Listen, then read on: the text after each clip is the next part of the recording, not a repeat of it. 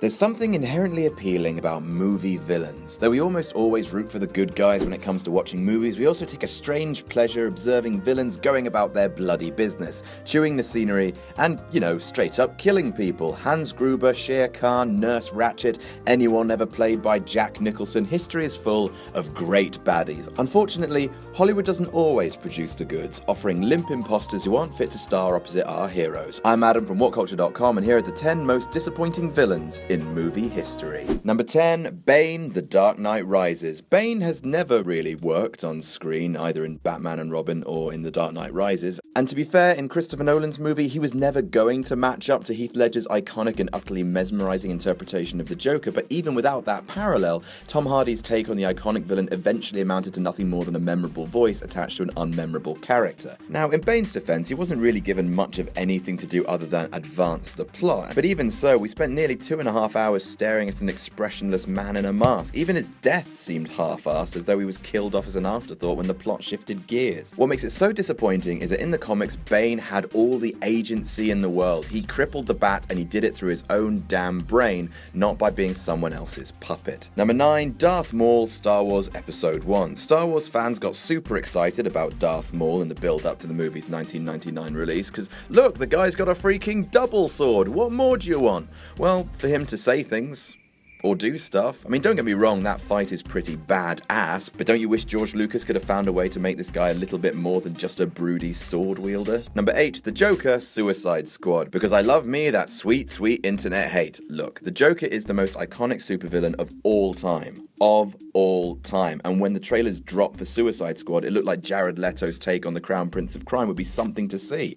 Well, it probably would have been had the studio not allegedly removed most of the good stuff in the edit. With reports of Leto being well and truly weird on set, as is his gimmick, fans expected greatness but were left with nothing more than a quirky thug whose only distinguishing feature was occasionally holding people's faces. I can't wait to show you my toys. Number 7, Ozymandias, Watchmen. If you know the comic, you'll be aware that Ozymandias was described in the original book as the smartest man on the planet, which is a lie. That's obviously Chris Pine. Although Matthew Good is good in the role, he never quite feels right as Ozymandias, who is supposed to convince us that he is the greatest genius to have ever existed, but more than that. See, the genius thing about Ozymandias as a character is he is so smart, he's worked out that this is the only way to save the world. At his core, he is a good man who's deluded himself into thinking he's doing the right thing, probably because it is. And the problem with Good's performance is that he's incredibly slimy and overtly villainous, and that doesn't add up with the character. Number 6, King Koopa, Super Mario Bros. Imagine yourself as a child of around 10 years old, eager and excited to go and see the new Super Mario Bros. Movie. Bob Hoskins is Mario, hooray!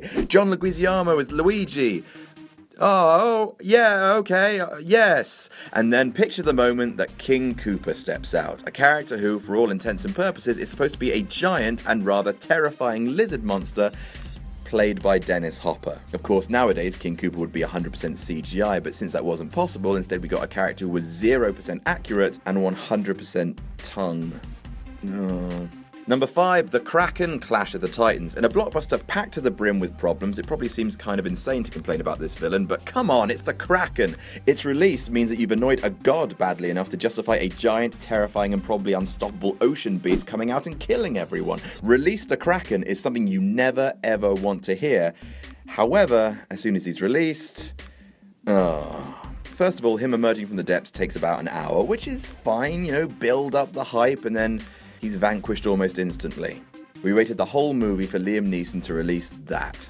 Poor form. Number 4, Galactus, Fantastic Four, Rise of the Silver Surfer. If you're a fan of the Fantastic Four and Marvel Comics in general, you know that the villain Galactus is of major importance, and not just in their canon, but with regards to the entire Marvel universe. I mean, this guy has the biggest and the very best hat in the universe, that's true, look at it, and also he has the power to eat planets.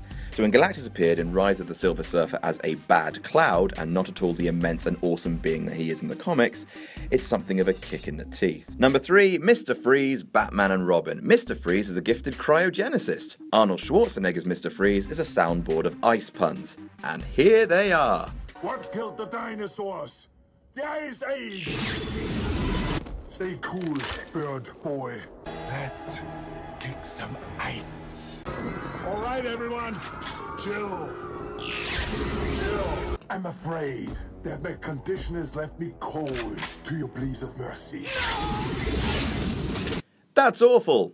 Awful and Robin. Number 2, Venom Spider-Man 3. Given Venom's status as one of Spider-Man's most infamous enemies, after all, he is the dark shadow of Spider-Man, there should have been so much more thought put into the casting process here. After all, Eddie Brock in the comics, Topher Grace. But to be honest, the fact that the director didn't even want the character in the movie in the first place, that speaks volumes. It also explains why he was shoehorned into the narrative, given there were already 2 other villains driving the story. There wasn't nearly enough time to explore them all, and Venom, unsurprisingly, was the victim. Number 1, Darth Vader, Star Wars Episodes 1 to 3. The whole point of the Star Wars prequels actually existing in the first place was as a way to show moviegoers how, in detail, Anakin Skywalker went from plucky young kid living on a rock to the more machine now than man super icon that is Darth Vader, Sith Lord and all-round galactic sadist. And there's no denying that Vader, the early years, failed to live up to anything the fans might have conjured up in their heads. Now don't blame Hayden Christensen. Anakin's journey from mop-haired child to multiple child murderer was written awkwardly and utterly unconvincingly. And that's our list. Did we miss any out? Let us know in the comments, and don't forget to like, share and subscribe. You can follow me on Twitter here. I'm Adam from WhatCulture.com, and I'll see you soon.